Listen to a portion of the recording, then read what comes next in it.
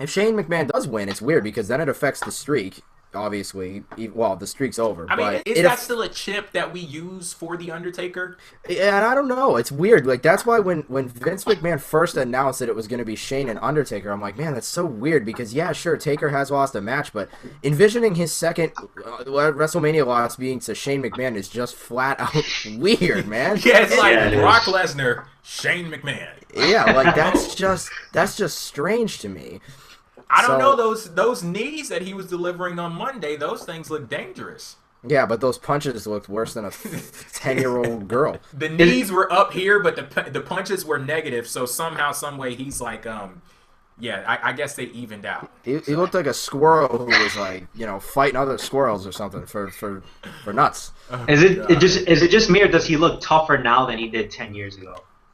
He does look tougher. The weird thing about that is that WWE is playing very heavily into it because Shane McMahon was never this big badass. Like, he talked a big game, but what I saw on Monday, like, how many security guards did he take out? Like, he took out like 3 or 4 security guards, and I'm wondering, is he going into this match with the Undertaker not as boy wonder Shane? I don't know. Like, are they attempting to put Shane on the same level of special attraction as the Undertaker?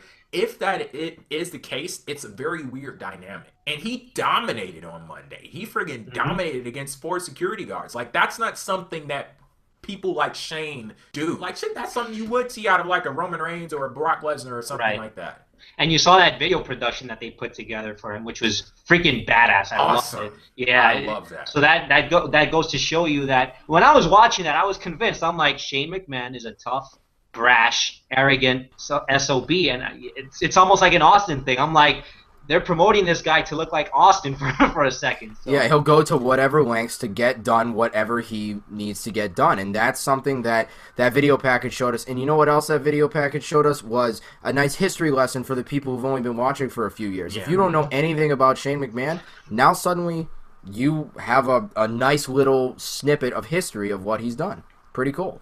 So well and done. I want to go to Fine. a comment from Damien in the chat. He's saying Shane is a badass in his own right, not afraid to put his body on the line, take someone out. Remember that drop against Big Show? Shane isn't just some spoiled rich kid.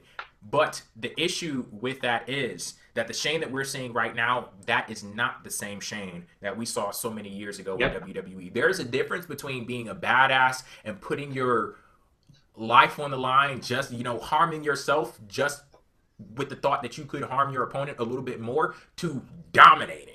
There's a difference between those two. And the Shane that we saw on Raw, that was a dominant Shane, not a Shane that competed in a way of like an underdog where it's like, oh, this guy gets beat down and then, just by the skin of his teeth, he walks away with the upper hand or a victory or something like that. Like, there is no denying that, no arguing it at all. The Shane that we see right now is a completely different Shane than we saw so many years ago. Absolutely.